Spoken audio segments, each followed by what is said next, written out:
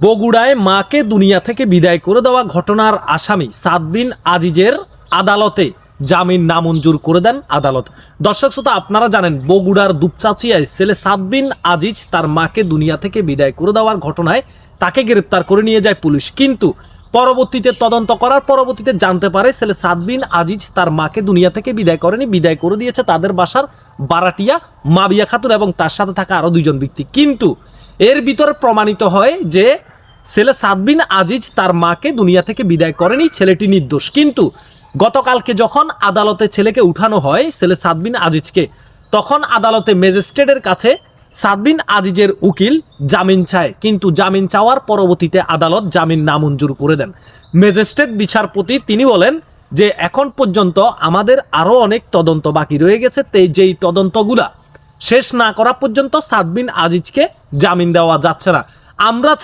আমরা সবাই চাই, এদেশের জনগণ চায় ছেলে সাদ বিন আজিজ যেহেতু সে নির্দোষ, সে তার মাকে দুনিয়া থেকে বিদায় করে দেওয়া ঘটনার সাথে জড়িত নয়, সেহেতু ছেলেটির ভবিষ্যতের কথা চিন্তা করে, ছেলেটি একটি আলেম পড়ুয়া ছাত্র, ছেলেটির ভবিষ্যতের কথা চিন্তা করে ছেলেটিকে আদালতে যেন জামিন দেওয়া হয় এবং বেকসুর খালাস প্রদান করা হয়। ভিডিওটি সবাই শেয়ার করে দেবেন। আমরা চাই এদেশের সকল মানুষের কাছে এই ভিডিওটি, এই বার্তাটি পৌঁছে যাক, আইনের সর্বোচ্চ কর্মকর্তাদের কাছে ভিডিওটি পৌঁছে যাক। একটি নির্দোষ ছেলে মাকে দুনিয়া থেকে বিদায় করে দেওয়ার এমন একটি অপবাদ মাথায় নিয়ে এখন পর্যন্ত বেঁচে আছে, তার পরবর্তীতেও ছেলেকে আদালত কারাগারে রাখা হয়েছে। কিন্তু কেন নির্দোষ ছেলেটিকে এখন পর্যন্ত কেন কারাগারে রাখা হয়েছে? আমরা এটার জন্য আমাদের দাবি, এদেশের মানুষের দাবি থাকবে ছেলে সাদ বিন আজিজকে যেন দ্রুততম সময়ের মধ্যে ছেলেটিকে জামিন দেওয়া হয় এবং কি সে যেন তার মাকে দুনিয়া থেকে বিদায় হয়ে যাওয়ার শক্তি কেটে উঠতে পারে। এমনিতেই মাকে দুনিয়া থেকে বিদায় করে দেওয়ার শক্তি ছেলেটি কেটে উঠতে পারেনি, এর ভিতরে মাকে দুনিয়া থেকে বিদায় করে দেওয়ার একটি মিথ্যে অপবাদ ছেলেটির উপরে চাপিয়ে দেওয়া হয়েছে, ছেলেটিকে রিমান্ডে দেওয়া হয়েছে, কারাগারে জেল খাটাচ্ছে, আদালতে নেওয়ার পরবর্তীতে আর জামিনও নামঞ্জুর করে দিয়েছে। একটি মানুষ কতটা চাপ নিতে পারে, এটা আমার প্রশ্ন আপনাদের কাছে।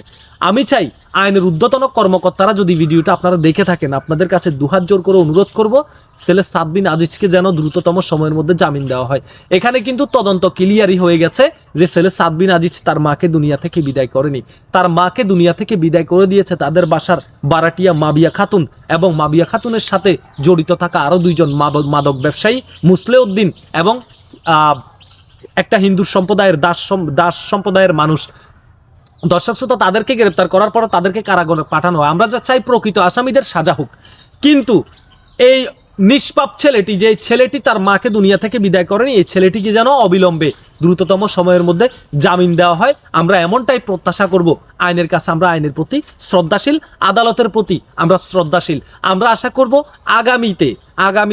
আগামীতে যখন তাকে কোর্টে উঠানো হবে, আগামী হ্যারিংয়ে যেন তাকে জামিন দেওয়া হয়। ভালো থাকবেন, সুস্থ থাকবেন, আল্লাহ হাফেজ।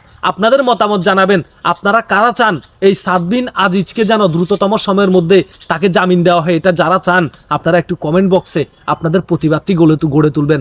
মানুষের প্রতিবাদে কিন্তু অনেক কিছু হয়। ভালো থাকবেন, সুস্থ থাকবেন, আল্লাহ হাফেজ।